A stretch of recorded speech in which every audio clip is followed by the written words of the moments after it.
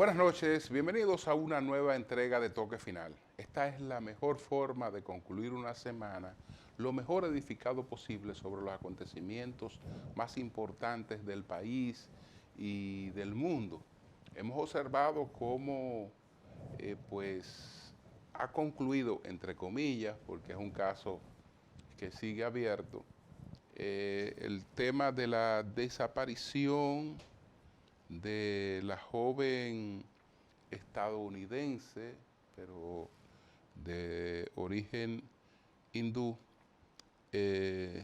Sudisha Konanki, el joven que estuvo con ella en la playa, pues era el principal testigo y se le trató siempre como testigo. Entonces, él ya está fuera del país. Y hemos visto cómo esto se ha manejado con total garantía de la libertad de esa persona, con total garantía del principio de presunción de inocencia. Porque no hay ningún otro dato que permita sustentar otra hipótesis. Él dijo que estuvo con ella en la playa, que una ola grande los arropó a los dos. Él la auxilió, él ayudó a salir. Ella, no sé si después se devolvió a buscar una pertenencia, a lo que fuere, y entonces él dice que no volvió a verla, que no volvió a saber, que él se tiró en un mueble y se quedó dormido. Bueno, ahí hay cosas que tienen que aclararse, pero no pueden ser sobre la base de la especulación. Es decir, esa versión pueden faltarles cosas, porque de repente él la vio que se devolvió. Entonces, ahí mismo él se queda dormido. Se queda dormido, no se da cuenta si a ella la arrastran las olas. Se queda dormido frente a una cuestión que por más estropeado que tú estés, esa es una situación que remueve, que llama a tomar reacciones, a pedir auxilio. Pero bueno, todo eso es especulativo. Para sustentar un expediente, una acusación no puede ser sobre la base de la especulación. Hemos actuado correctamente, de manera muy correcta. Señores, así es que debe proceder la justicia, como ha procedido en este caso. Si el escenario fuera de algún actor nacional, si estos fueran dos jóvenes dominicanos, y esto habría ocurrido con dos jóvenes dominicanos compartiendo en un hotel, pues seguro que se hubiesen solicitado medidas de coerción, que la persona pues hubiese tenido otro tratamiento, totalmente otro tratamiento, muy distinto. Tal vez 18 meses de pena anticipada en lo que se hace la investigación, y entonces la investigación se declara compleja y así. Es decir, aunque no tengamos medio indicio, se habría solicitado una medida de coerción. Es también, hay que comprender cuál es el rol de la justicia. La justicia pues busca la solución pacífica de los conflictos, la solución civilizada de los conflictos. Que la gente que ha transgredido a la ley, pues pague por esa transgresión a la ley. Y entonces eso evita realmente la aplicación de la ley del talión. Por eso, a veces, aunque no existan indicios, no es malo que una persona sea retenida y que la familia de la víctima sepa que esa persona está siendo retenida e investigada. No es malo. ¿Por qué? Porque si se trata de dos familias dominicanas, una familia ha perdido su hija y sospecha de el miembro de la otra familia que estaba compartiendo con ella, eso puede degenerar en una tragedia. Entonces, a veces no es que está malo que a una persona se le retenga, se investigue, se trate de que los ánimos un poco amainen, que se comprendan otras cosas. Eso no es tan malo. Eso no es tan malo y es uno de los roles de la justicia. Pero de ahí a trancar una persona en lo que se genera cualquier tipo de cosa que ha sido nuestra costumbre, eso realmente es distinto. Señores, vamos a hacer una pausa. Además de este caso que tanta atención despertó, entonces vamos a ver al regreso cuáles fueron los 10 temas de mayor impacto esta semana. Adelante.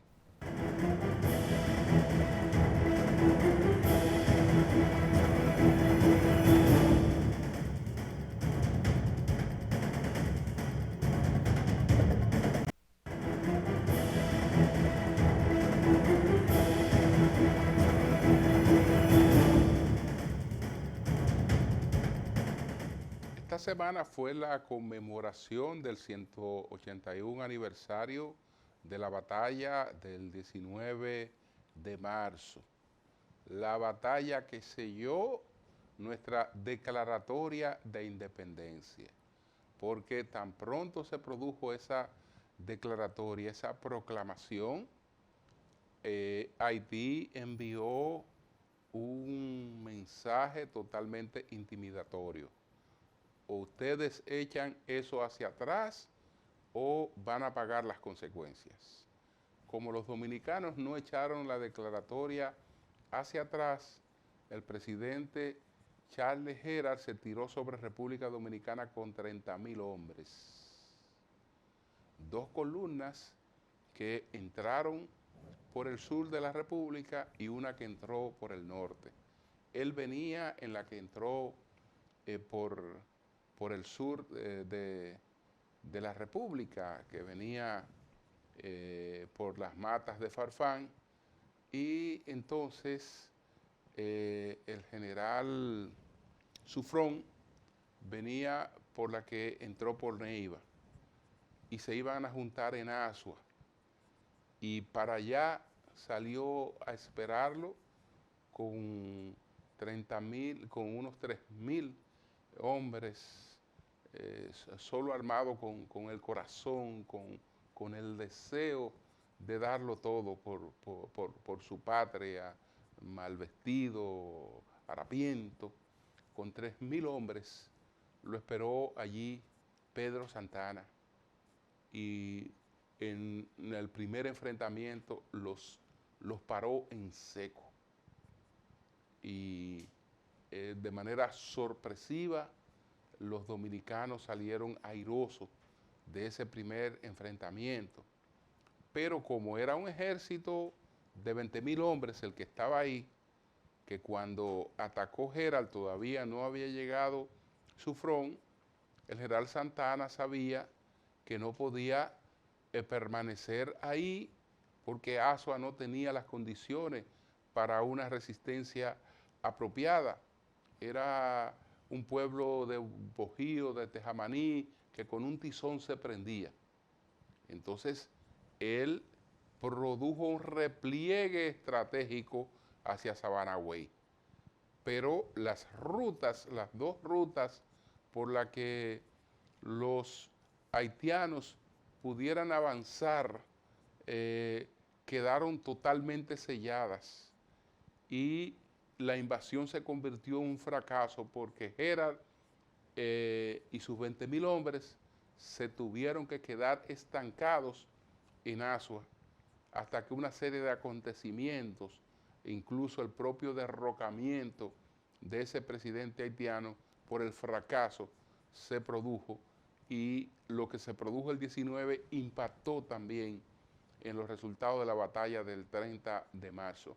Esa es una epopeya clave de nuestra historia, esa histórica batalla del 19 de marzo. Ahora presentemos cuáles fueron los temas de mayor impacto esta semana. Adelante.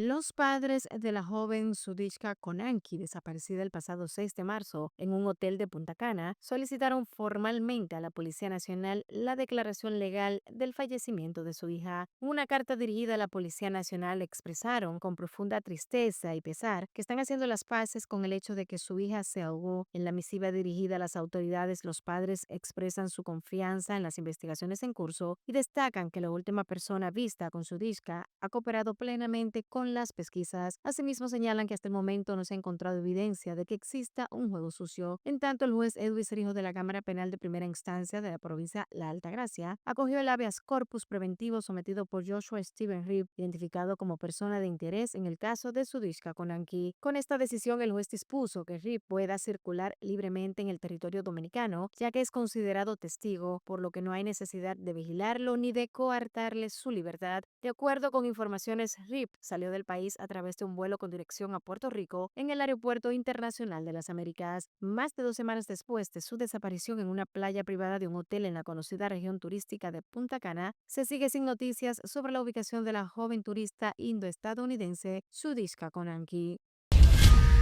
El exministro de Turismo Francisco Javier García afirmó que la desaparición de la turista estadounidense de origen indio Sudishka Konanki constituye un caso aislado que no debe afectar la imagen internacional del país. Javier García indicó que el territorio dominicano continúa siendo un lugar seguro para los turistas extranjeros que lo visitan cada año desde diferentes latitudes del mundo. Además, destacó que hay que reconocer que las autoridades dominicanas han hecho importantes esfuerzos para localizar a la joven de 20 años y estudiante de medicina a través de investigaciones de la Policía Nacional, el Ministerio Público y otras instituciones nacionales. Un mensaje que debe quedar claro es que se trata de un lamentable caso aislado que en nada debe empañar la imagen del turismo en la República Dominicana. Nuestros hoteles brindan una seguridad de conformidad con los estándares internacionales, expresó Javier García.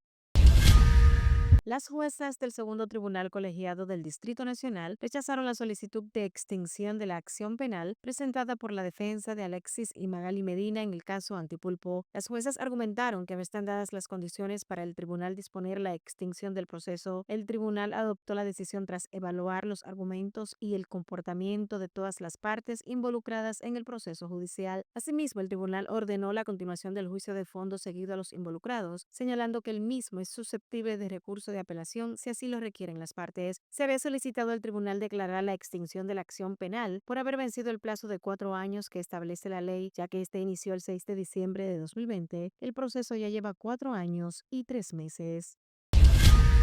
A casi un mes de la muerte de John Cole Reyes, un joven de 22 años que fue detenido durante una redada policial en el barrio Enriquillo en Herrera, el caso sigue sin resolverse. John Cole Reyes había sido detenido en el barrio Enriquillo en Herrera, cerca de la Escuela Básica Las Mercedes, a las 11:30 de la noche del jueves 20 de febrero. Había salido a comprar pañales para su hija de 1 año y 8 meses. El joven fue llevado muerto al hospital a las 3:50 de la madrugada del pasado 21 de febrero. Según el informe médico inicial, el joven fue llevado en un estado de rigidez cadavérica en la sala de emergencias lo que sugería que había fallecido antes de ser ingresado al centro médico. La constancia médica detalla que el joven no respondió a estímulos verbales ni dolorosos. Además, al momento de la valoración se encontró que no tenía presión arterial, no se detectaban pulsos caritoideos ni en las extremidades y sus pupilas estaban completamente dilatadas. La evaluación también reveló que al realizarle el electrocardiograma, este mostró una línea isoeléctrica, lo que confirmaba que Reyes ya había fallecido antes de llegar al centro médico. La Policía Nacional aguarda por los informes médicos del Instituto Nacional de Ciencias Forenses INACIF para determinar las causas exactas de su muerte y esclarecer si hubo negligencia o abuso por parte de los agentes durante su arresto.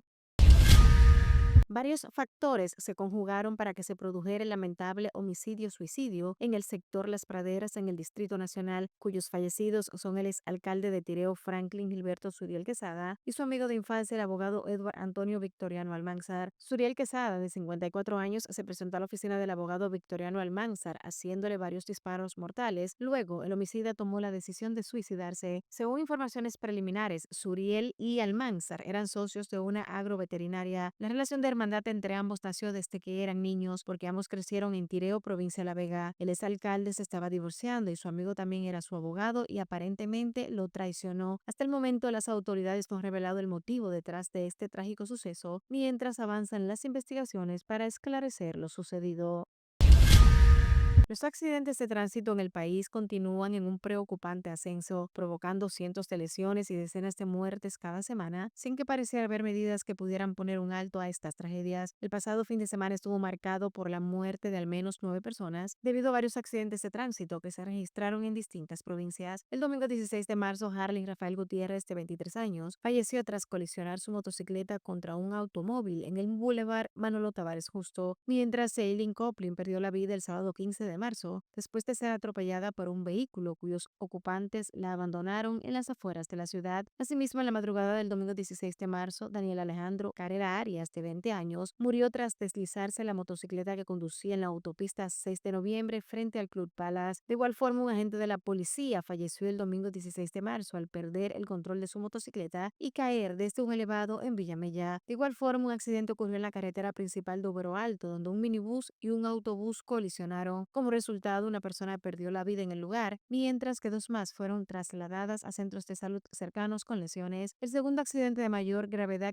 tuvo lugar en Jarabacoa, provincia de La Vega. En este caso, una motocicleta, una camioneta, una jipeta y un carro estuvieron involucrados en un choque múltiple que dejó 2 muertos en la escena y 7 personas heridas. Otras 3 personas fallecieron y varios resultaron heridas en un accidente en el distrito municipal de Payabaní. El incidente involucró la colusión de un Jeep Mercedes-Benz y una motocicleta, resultando en la muerte de Artemio Vizcaíno Castillo, de 32 años, Wilkin Vizcaíno, de 38, y Adaluz Medina Silvestre, de 24. En ese mismo orden, Milton Morrison, director ejecutivo del Instituto Nacional de Tránsito y Transporte Terrestre, Intrant, reveló el pasado jueves ante los miembros del Senado la cantidad de personas que han perdido la vida en accidentes de tránsito en los últimos 9 años. En el hemiciclo, el funcionario mostró las estadísticas desde el 2016 hasta el 2024, que en total suman 26.973 personas, un promedio de 2.097 por año. Morrison lamentó que, según sus informes, en lo que va de este 2025, murieron en accidentes de tránsito al menos 300 personas. La Oficina de Aduanas y Protección Fronteriza de los Estados Unidos levantará las sanciones impuestas a las importaciones de azúcar y sus derivados al Central Romana Corporation, poniendo fin a más de 2 años de veto, luego de que las autoridades estadounidenses alegaran indicios de trabajo forzoso en las operaciones de la empresa. El presidente de la República, Luis Abinader, calificó la decisión del gobierno estadounidense como una buena noticia para el sector azucarero dominicano. El regreso del Central Romana podría impactar al alza las exportaciones del dulce, que en el 2024 alcanzaron los 188.7 millones de dólares, para un aumento de 22.7% respecto a los 153.7 millones exportados en 2023, según datos de la Dirección General de Aduanas. La CBP emitió una orden de retención de liberación a los embarques azucareros del Central Romana el 23 de noviembre del 2022, una noticia que tomó a la compañía por sorpresa, que negó en todo momento incurrir en prácticas de trabajo forzoso para su producción de azúcar. Las fuerzas israelíes lanzaron el pasado martes los ataques más grandes y mortíferos contra Gaza desde que comenzó el alto fuego con Hamas hace aproximadamente 2 meses. Según las autoridades de salud del enclave, el bombardeo causó la muerte de cientos de personas. El ejército israelí anunció que estaba llevando a cabo ataques extensos contra objetivos de Hamas. Al menos 400 palestinos, incluidos niños, murieron en los ataques, según el Ministerio de Salud de Gaza. Las cifras del ministerio no hacen distinción entre civiles y combatientes. Las autoridades israelíes explicaron que el ataque era una respuesta a la intransigencia de Hamas en las conversaciones sobre la prórroga del alto al fuego. La oficina del primer ministro de Israel, Benjamin Netanyahu, también señaló que Hamas había mostrado una negativa reiterada a liberar al resto de los rehenes que había secuestrado durante su ataque a Israel del 7 de octubre de 2023. A partir de ahora, Israel actuará contra Hamas con una fuerza militar cada vez mayor, declaró en un comunicado. Gideon Saar, ministro de Asuntos Exteriores de Israel, reiteró ese mensaje al decir que las conversaciones para el alto al fuego habían llegado a un callejón sin salida y que Israel no tenía más alternativa que dar la orden de reabrir el fuego. El gobierno de Estados Unidos invocó el fin de semana la ley de enemigos extranjeros por primera vez desde la Segunda Guerra Mundial. Con los amplios poderes que le otorga dicha norma, el presidente Donald Trump decidió la deportación a El Salvador de venezolanos señalados de pertenecer a la banda criminal Tren de Aragua, a pesar de que un federal ordenara a la Casa Blanca no hacerlo. El presidente de El Salvador, Nayib Bukele, publicó en redes sociales que 238 presuntos miembros de la banda criminal venezolana Tren de Aragua habían llegado en la madrugada del domingo, junto con otros supuestos 23 miembros de la pandilla Mara Salvatrucha MS-13. La llegada de los deportados al país centroamericano se produjo pese a que un juez federal le había impedido al presidente Trump invocar una centenaria ley para justificar las deportaciones. El juez del Distrito de Columbia, James Postmark, ordenó paralizar por 14 días las deportaciones ordenadas por Trump, quien invocó la ley de enemigos extranjeros de 1798. Trump declaró que el Tren de Aragua estaba perpetrando y amenazando con realizar una invasión o incursión predatoria contra el territorio de Estados Unidos y acto seguido ordenó que todos los ciudadanos venezolanos en el país que tengan al menos 14 años de edad, que sean miembros del Tren de Aragua y que no estén naturalizados o sean residentes permanentes legales, sean detenidos, asegurados y expulsados por ser enemigos extranjeros. Tras enterarse de que aviones con deportados habían despegado, el funcionario ordenó su regreso, orden que fue desacatada por el presidente estadounidense.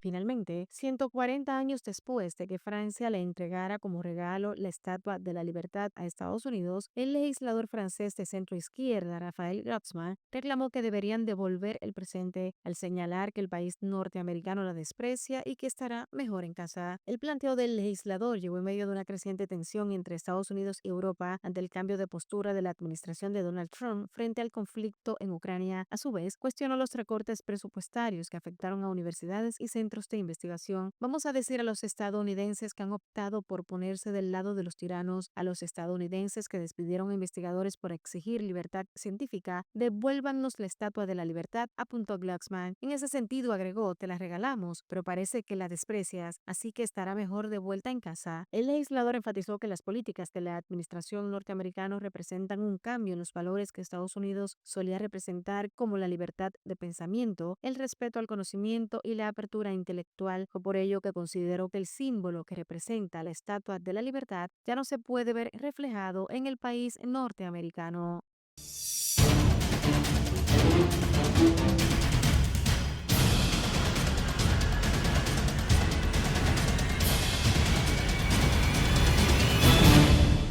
Una pausa, retornamos en breve.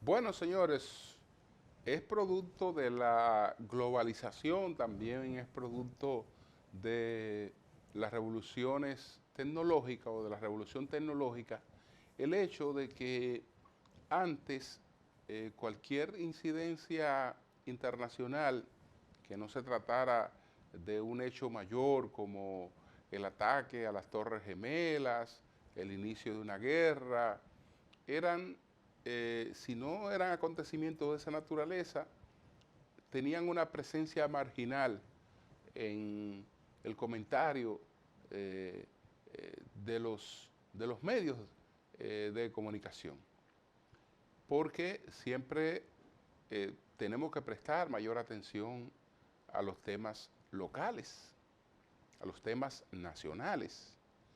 Pero hoy resulta que cualquier incidencia internacional es también una incidencia local. Y por eso ustedes observan que en los medios, sobre todo en el trabajo que hace la gente más informada, más profesionalizada, hay un equilibrio entre los temas nacionales y los temas internacionales. Porque se asocian, están interrelacionados.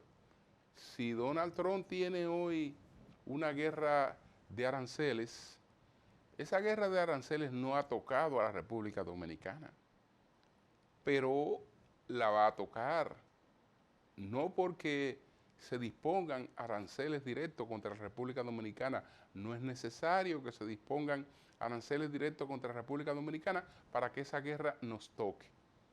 Esa guerra nos toca porque una disminución en la actividad económica en los Estados Unidos, es decir, una recesión, nos corta las remesas, nos corta el turismo y nos corta las exportaciones. Y fíjense que eso es sin que haya un conflicto directo con nosotros, pero nos impacta. Entonces, eso pasa con muchas otras cosas. A veces con medida directa. Esta semana desapareció una, que fue que los Estados Unidos hace 2 años habían colocado un impedimento para que el azúcar producida por el Central Romana llegara a los mercados estadounidenses. Entonces, vedado el Central Romana por 2 años para exportar azúcar a los Estados Unidos, porque supuestamente había trabajo forzoso, porque supuestamente había trabajo infantil, invenciones de esas que a veces suelen hacer los demócratas, y se nos pegó esa sanción que nos afectaba, no solo al Central Romana, sino a la economía dominicana. En estos momentos hay otros conflictos que están supuestamente en vía de solución, pero lo que ocurrió esta semana hizo pensar en uno de esos acontecimientos que pudo haberse experimentado un retroceso. Me refiero a la paz, al alto al fuego en la Franja de Gaza. Esta semana Israel atacó la Franja de Gaza, atacó también el sur de Siria y el sur del Líbano. Y hay decenas de muertos, incluyendo muchos niños, porque el grupo terrorista Hamas no ha terminado de aceptar los acuerdos o estaba en un plan de dilación. Esta semana también se avanzó en la posibilidad de un acuerdo, de un alto al fuego en Ucrania. Donald Trump sostuvo 2 conversaciones telefónicas. La primera de 90 minutos con el presidente Putin. La segunda de 1 hora al día siguiente con el presidente Zelensky. Entonces, hay un desmonte planteado por Estados Unidos para la guerra en Ucrania.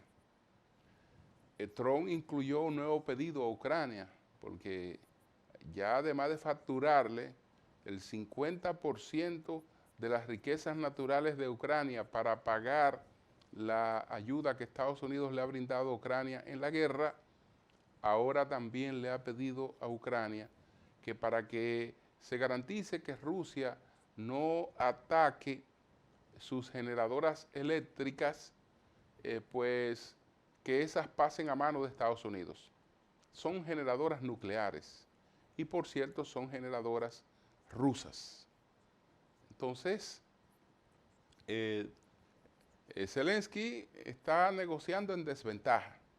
No puede exponerse a una nueva humillación por parte de Trump. Entonces, aunque tenga inconformidades, desde luego que él no es que está poniendo las condiciones, pero de estas negociaciones está fuera la Unión Europea hasta ahora y está ignorada China, lo que quiere decir que cualquier cosa que se acuerde ahí puede dar situaciones problemáticas en el futuro. Señores, una pausa y retornamos entonces con otra parte del contenido de Toque Final.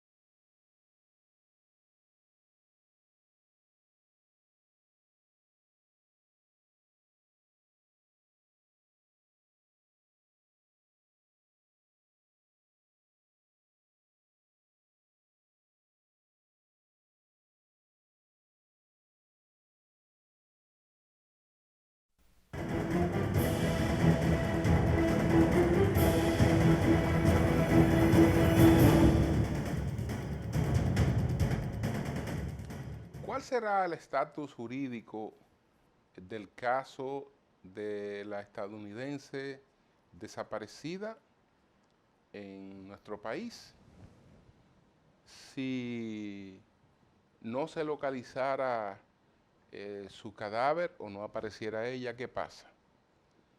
Si se localizara su cadáver, ¿qué pasa? ¿Habría la posibilidad, en caso de que el hecho tuviera alguna mano homicida después de tanto tiempo, de evidenciarlo? Nosotros hicimos las 3 preguntas a un distinguido jurista, el doctor Marino Elseví, para que nos explique qué pudiera pasar con este caso. Adelante.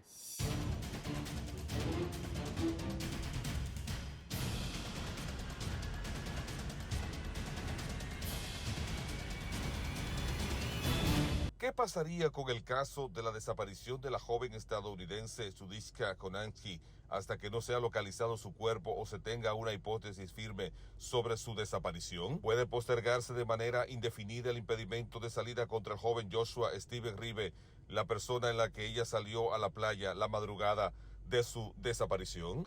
En principio, en la República Dominicana existe la codificación de Napoleón en los artículos 112 y 113 sobre la presunción de ausencia, del 114 al 119 sobre la declaración de ausencia, del 120 al 134 sobre los efectos de la ausencia, tomando en consideración que el artículo 119 del Código Civil establece que las sentencias que declaren ausente a una persona que pronuncien la ausencia tienen que esperar un año después del fallo que ordene la información.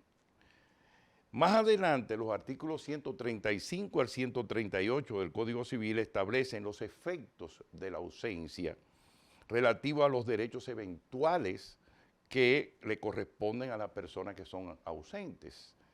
Y más adelante, los artículos 139 al 140 habla sobre los efectos de la ausencia con respecto al matrimonio, en la vigilancia de los menores con respecto al 141 al 143, pero es importante establecer que entre nosotros sucedió algo importante. La ley 5.832, que encontré aquí en el Código Civil, establece la declaratoria de personas judicialmente fallecidas durante la pasada tiranía de Trujillo. Personas que fueron desaparecidas por el régimen. Entonces hubo un mecanismo de que las personas que durante esa tiranía fueron desaparecidas, había que judicialmente declararlas fallecidas. Y hubo entonces un ordenamiento. Posteriormente, la ley 87 del 19 de diciembre de 1965 estableció la declaración judicial de personas desaparecidas en la contienda bélica de abril de 1965. Sobre esa base, entonces, me imagino, en nuestro país tendrá que establecerse la desaparición de esta joven estadounidense que hasta la fecha no ha sido localizado su cuerpo. Es bueno recordar que el coronel Dante Galán y el licenciado Plinio Jacobo también perecieron en el mar y no ha aparecido el cadáver. Por lo que posiblemente habría que ir a las leyes establecidas en el Código Civil y, como yo le dije últimamente, esta ley del 19 de diciembre de 1965, quien en su artículo 6 nos remite al artículo 131 de las ausencias previstas en el Código Civil de la República Dominicana. Ahora, ¿puede postergarse de manera indefinida? No, porque ya hay un hecho cierto, una certidumbre de que esta joven estaba en la playa, de que desapareció en el mar y que incluso, por lo que hemos visto en la prensa, una declaración del joven que le acompañaba dice que en una primera ocasión él le salvó la vida, por lo que indica entonces, o presumimos, de que hubo una segunda ocasión en que ella se fue a la playa y ahí entonces pereció en las profundidades del mar. Pero evidentemente que esa situación no puede ser indefinida y los padres, que a quienes nos unimos en su dolor, tienen todo el derecho perfecto de utilizar las reglas locus regis acto, es decir, las leyes relativas al estado civil de las personas en nuestro territorio, conforme a las normativas que hemos dicho establecidas en el Código Civil y como legislación complementaria las leyes adicionales que fue la ley 5.832 que estableció el tema de los fallecidos, o mejor dicho, las personas que judicialmente fueron desaparecidas en la dictadura de Rafael Leónidas Trujillo y posteriormente las personas que en la contienda de abril, la ley 87 del 19 de diciembre de 1965, establece también ese procedimiento, especialmente el artículo 6, que se refiere a las personas que hayan sido declaradas judicialmente fallecidas de acuerdo a esta ley, se regirán por el artículo 131 del Código Civil de la República Dominicana.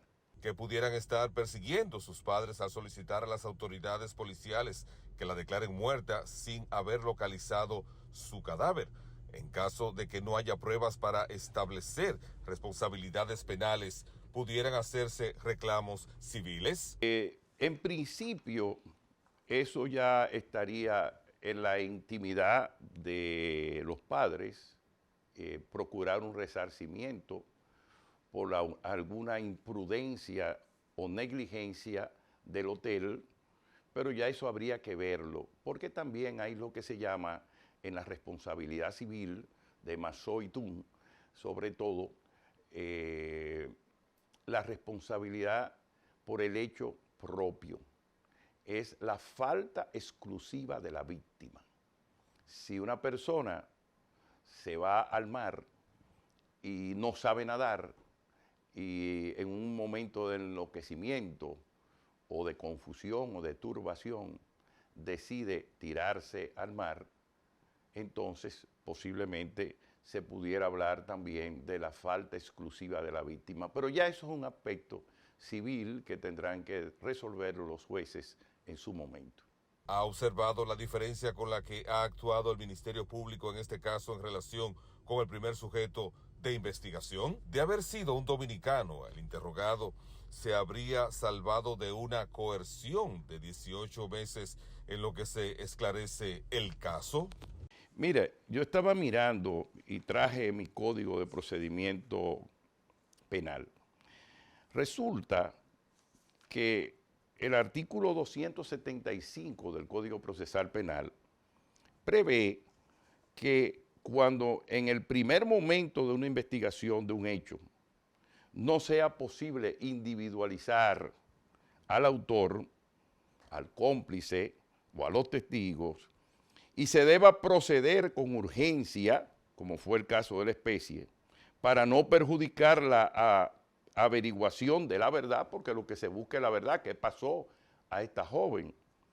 Entonces, la policía puede disponer de los presentes que no se alejen del lugar, que no se comuniquen entre sí para que no se combinen con ningún tipo de información y sobre todo que no se modifique el estado de las cosas en los lugares donde ocurrieron las situaciones que van a ser investigadas.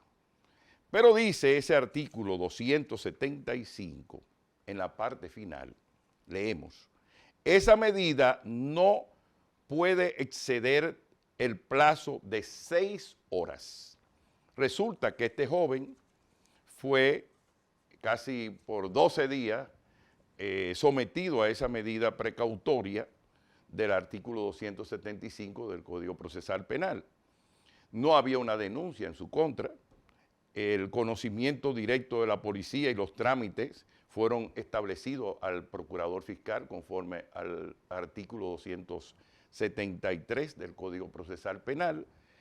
No hubo un arresto conforme al artículo 276 y además las diligencias preliminares de la Policía Nacional fueron tramitadas al Ministerio Público conforme al artículo 277 del Código Procesal Penal.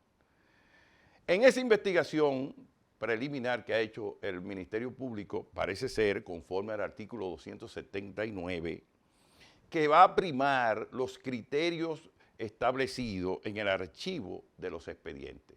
Es decir, lo que está previsto en el artículo 281 del Código Procesal Penal.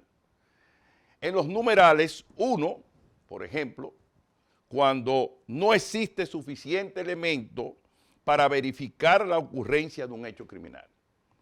El 4, cuando los elementos de prueba resultan insuficientes para fundamentar una acusación y no existe razonablemente la posibilidad de incorporar nuevos elementos, que creo que es lo que ha hecho la investigación en este momento. Pero también concurren 2 factores más. El numeral 5, cuando dice, cuando ocurre un hecho justificativo o la persona puede ser considerada, no puede ser considerada penalmente responsable. Por ejemplo, lo que se induce de lo que se está declarando y todas estas filtraciones de interrogatorios y especulaciones, pero lo que salió escrito por la declaración del joven que fue objeto de aislamiento es que él en principio le salvó la vida, pero luego ella parece que penetró al mar. Son especulaciones de la propia declaración de la persona que ha sido, esta vez, en un recurso de habeas corpus puesto en libertad de la manera más correcta y conforme al debido proceso y la tutela judicial efectiva. Pero fundamentalmente creo que aquí concurre el numeral 6 del artículo 281.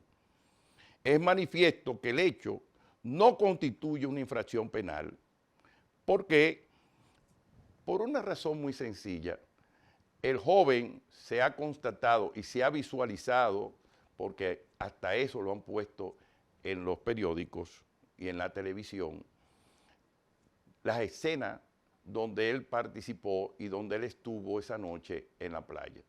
Bajo ese predicamento me parece que la observación que ha hecho el Ministerio Público ha sido basamentada en los criterios del artículo 281 del Código Procesal Penal. Ahora, como bien usted me dice, la diferencia con un dominicano, bueno, si hubiera sido un dominicano y esta joven hubiera sido dominicana, vamos a pensarlo así, para ser más criollo, este joven le hubieran pedido una medida de coerción de 18 meses para investigar y de repente piden prisión preventiva para aislarlo, lo cual es totalmente enojoso. Y digo enojoso por una razón muy sencilla. Ayer leí al magistrado Justiniano Montero que en una conferencia iberoamericana, juez de la Suprema Corte de Justicia, en una conferencia iberoamericana decía que hay que cambiar los criterios que priman en la justicia dominicana y en Iberoamérica. Pero en el fondo es la lucha de que la prisión no puede ser la regla, que no se puede convertir en regla lo que constitucionalmente está prohibido. Es decir, en nuestro país y en Iberoamérica por este código, la excepción es estar preso, pero es todo lo contrario. Tenemos casi un 80% de presos preventivos hacinados, sin presupuesto, y un Estado irresponsable que no le da a esos sectores el dinero suficiente como para conseguir la reinserción social en los centros criminales, los centros de atención a los presos, y los presos preventivos que no son criminales porque no han sido condenados definitivamente, por tanto, se le presume la condición de ser inocentes hasta que no haya una sentencia definitiva. Por eso la conveniencia del pacto, es decir, de buscar una conciliación, de buscar una posibilidad de llegar a acuerdos en la justicia para evitar todos estos retardos, sobre la base de un toma y daca, en el sentido de que si tú te declaras culpable porque ya te tenemos las evidencias, si son 10, te ponemos 5, cumplimiento, 5, pendiente de tu buena conducta fuera, pero no alargamos esos procesos y no hacemos esas prisiones preventivas tan largas y sobre todo no hacemos esos shows mediáticos en los medios de comunicación y en forma selectiva en favor de ciertos comunicadores.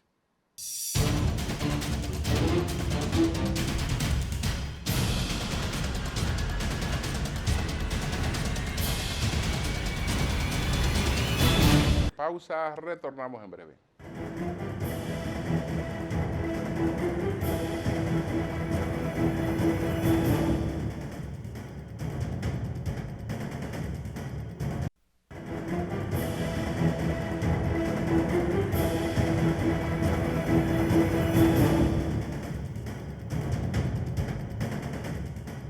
Que el Fondo Monetario Internacional se expresó en términos elogiosos sobre nuestra economía, que va como ha ido en los últimos decenios.